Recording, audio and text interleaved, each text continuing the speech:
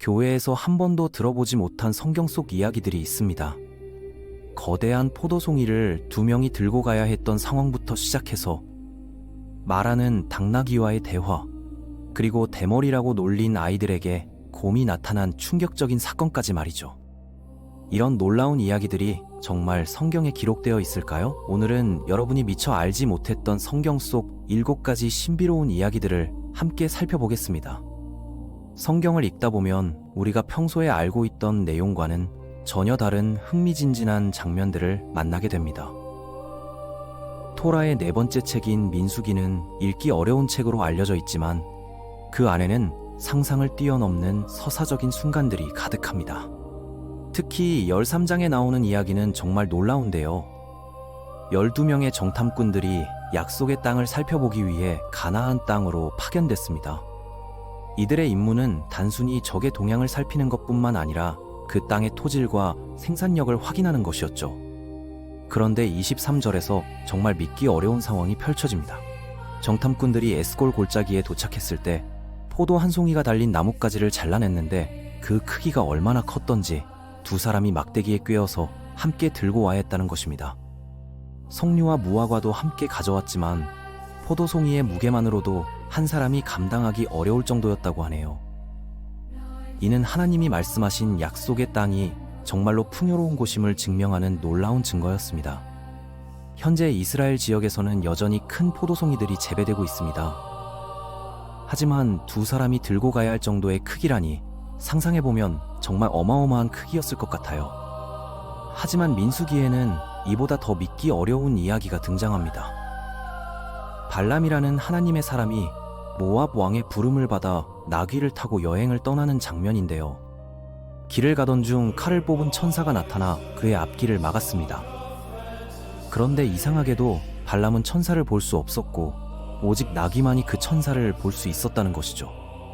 나귀는 천사를 피하려고 들판으로 뛰어갔고 이런 일이 3번이나 반복됐습니다. 발람은 자꾸 말을 듣지 않는 나귀가 답답해서 지팡이로 때렸는데 바로 그때 기적 같은 일이 일어났습니다. 28절에 따르면 하나님께서 나귀의 입을 열어주셔서 나귀가 발람에게 말하기 시작했다는 것입니다.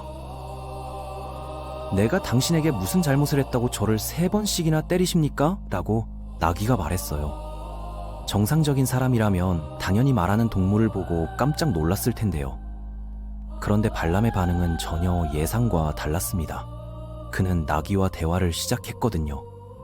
천사는 발람에게 만약 그가 계속 고집을 부렸다면 목숨을 잃을 뻔했다고 경고했습니다. 결국 말하는 나귀가 주인의 생명을 구해준 셈이었습니다. 이 이야기에서 흥미로운 점은 발람이 나귀가 말하는 것에 대해 전혀 놀라지 않았다는 것입니다. 마치 평소에도 동물들과 대화를 나누는 것이 일상적인 일인 것처럼 자연스럽게 반응했어요.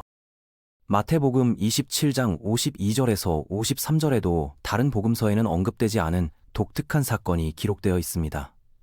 예수님의 부활과 관련된 내용인데요. 예수님이 십자가에서 돌아가셨을 때 3가지 극적인 사건이 동시에 일어났다고 합니다. 성전의 휘장이 위아래로 찢어졌고 큰 지진이 발생했으며 많은 성도들의 무덤이 열려서 그들이 되살아났다는 것입니다. 이들은 예수님이 부활하신 후 무덤에서 나와 거룩한 성에 들어가 많은 사람들에게 나타났다고 기록되어 있어요. 이 구절은 예수님의 십자가 사건과 함께 일어난 부활에 대해 언급하는 유일한 부분이라서 많은 궁금증을 불러일으킵니다. 과연 이 거룩한 사람들은 누구였을까요? 아브라함이나 모세 같은 구약의 인물들이었을까요? 그들은 다시 자연스럽게 죽음을 맞이했을까요? 그들의 몸은 어떤 상태였을까요? 썩지 않는 부활체였을까요? 아니면 나사로처럼 다시 죽을 운명의 몸이었을까요? 안타깝게도 이런 질문들에 대한 명확한 답은 성경에 나와 있지 않습니다. 부활과 관련된 또 다른 신기한 이야기는 열왕기하 13장에서 찾아볼 수 있습니다. 선지자 엘리야가 하나님에 의해 하늘로 올려졌다는 사실은 많은 분들이 알고 계실 텐데요. 그의 제자 엘리사도 이 땅을 떠날 때 특별한 일이 일어났습니다. 열왕기하 13장 20절과 21절에 따르면 엘리사가 죽어서 매장된 후에도 그의 뼈에는 특별한 능력이 남아있었다고 합니다. 어느 봄날 이스라엘 사람들이 어떤 사람을 매장하고 있을 때 갑자기 모압 도적대가 나타났습니다. 사람들은 놀라서 시체를 엘리사의 무덤 안으로 던져넣고 도망쳤는데 그 시체가 엘리사의 뼈에 닿자마자 죽었던 사람이 살아나서 일어났다는 것입니다. 대부분의 이야기에서는 결말이 생략되어 있지만 그 시체를 매장하던 사람들이 죽은 자가 걸어 나오는 것을 보고 얼마나 놀랐을지 상상이 되시나요? 아마 기절할 뻔했을 것 같아요. 이 사건은 엘리사의 능력이 얼마나 특별했는지를 보여주는 동시에 하나님의 능력이 시간과 공간을 초월한다는 것을 증명하는 놀라운 사례입니다. 이사야 20장에는 오늘날 교회에서라면 당장 문제가 될 만한 일이 기록되어 있습니다. 하나님께서 선지자 이사야에게 매우 특별한 명령을 내리셨는데요. 몸에 걸친 옷을 벗고 발에서 신을 벗으라고 하셨습니다. 이사야는 순종해서 3년 동안 벌거벗은 채로 설교를 했다고 합니다. 이는 이집트인들과 에티오피아인들이 우상 숭배로 인해 심판을 받아 포로로 끌려갈 것임을 보여주는 상징적인 행위였죠. 성경에는 그들이 완전히 벌거벗은 상태, 즉 몸에 천조각 하나 걸치지 않은 채로 끌려갈 것이라고 명시되어 있습니다. 이사야는 3년 동안 이런 모습으로 이집트인들과 에티오피아인들에게 그들의 운명에 대해 경고했던 것으로 보입니다. 벌거벗고 설교하는 것이 충격적으로 들릴 수 있지만 다음 이야기는 이보다 더 무서운 내용입니다. 당시 중동 지역에서는 포로들을 벌거벗긴 채로 끌고 가는 것이 일반적인 관행이었다고 합니다. 이는 포로들의 존엄성을 짓밟고 굴복시키는 심리적 전술이었죠. 구약의 가장 유명한 인물 중 하나이자 성경의 처음 5권을 기록한 모세가 하나님의 공격을 받을 뻔한 사건이 출애굽기 4장에 나와 있습니다. 모세는 역사상 하나님과 가장 가까운 관계를 맺었던 인물 중 하나였는데요. 그런데 24절부터 나오는 내용은 정말 이해하기 어려운 부분입니다. 하나님께서 이집트에 내릴 심판에 대해 모세에게 설명하신 직후 갑자기 모세를 죽이려고 하셨다는 것입니다. 24절에서는 길에 있는 숙소에서 여호와께서 모세를 만나사 그를 죽이려 하시는지라라고 기록되어 있습니다. 그때 모세의 아내 십보라가 부싯돌 칼을 가져다가 아들의 포피를 베어서 모세의 발에 갖다 댔습니다. 그리고 당신은 참으로 피의 신랑이로다 라고 말했죠.